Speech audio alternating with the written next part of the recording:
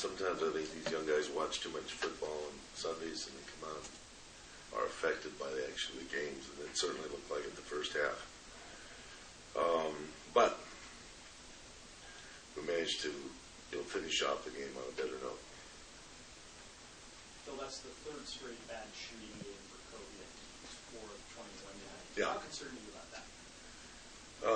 He's been fiddling around with what I like to term as prosthetic, for his broken finger, and he went from, hard or a semi-hard protective plate that was in there, is kind of made out of lead that was conformed to nothing at all now, and it's noticeably different for him shooting, and he knows it, and I think he's going to go back to what was working before 2-3 games ago. So yeah, that was nice, but that wasn't all just about shooting. It was about balls not being there, not coming in, whatever. Did you say anything to him about that 18-foot jump shot? Left-handed one. We had a good laugh at halftime over that. We who? The team and the coaching staff. Yeah. I think he had like 3 attempts on that one sequence. Was he laughing too, or? I think it was kind of a wry grin that he gave us. So you mentioned that Andrews had some effective first quarter. Does it seem like he's able to put together all of it tonight? Pretty good. Second period, first period we started out well. He shot the ball well. He's comfortable in there. I thought he was, the dominant big guy tonight. Obviously, with 17 points, 18 rebounds, was a big night for him all the way around.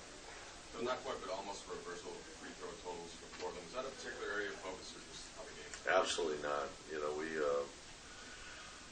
That's one of the things that perhaps is one of my failings as a coach, is I don't strive to draw fouls. I will say, we've got a team in the penalty, and we've got to penetrate. We have to get after them here. But that's not really one of the sequences that I really, strive for. I think playing basketball is what's important, and using the principles of the game. Well, I think you threw out the timetable of a month or so when Kobe initially hurt the finger. Any concern that it's now been a month and it doesn't seem to be healing? I think, that part of it's going pretty good. He's still tender.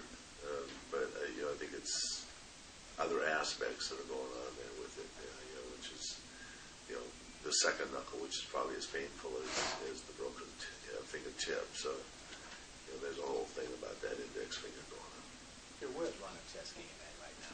Is he still trying to get back into goal? Tonight was kind of an interesting night. He got banged in his head, and I think it affected his game.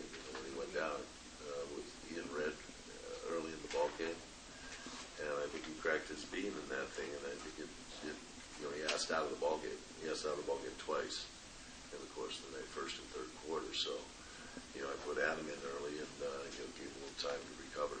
If you enjoyed him a little bit, he did. Yeah. With the bench's production tonight, and last week, do you see that as just indicators of their potential, or do you think it's a significant part of their development?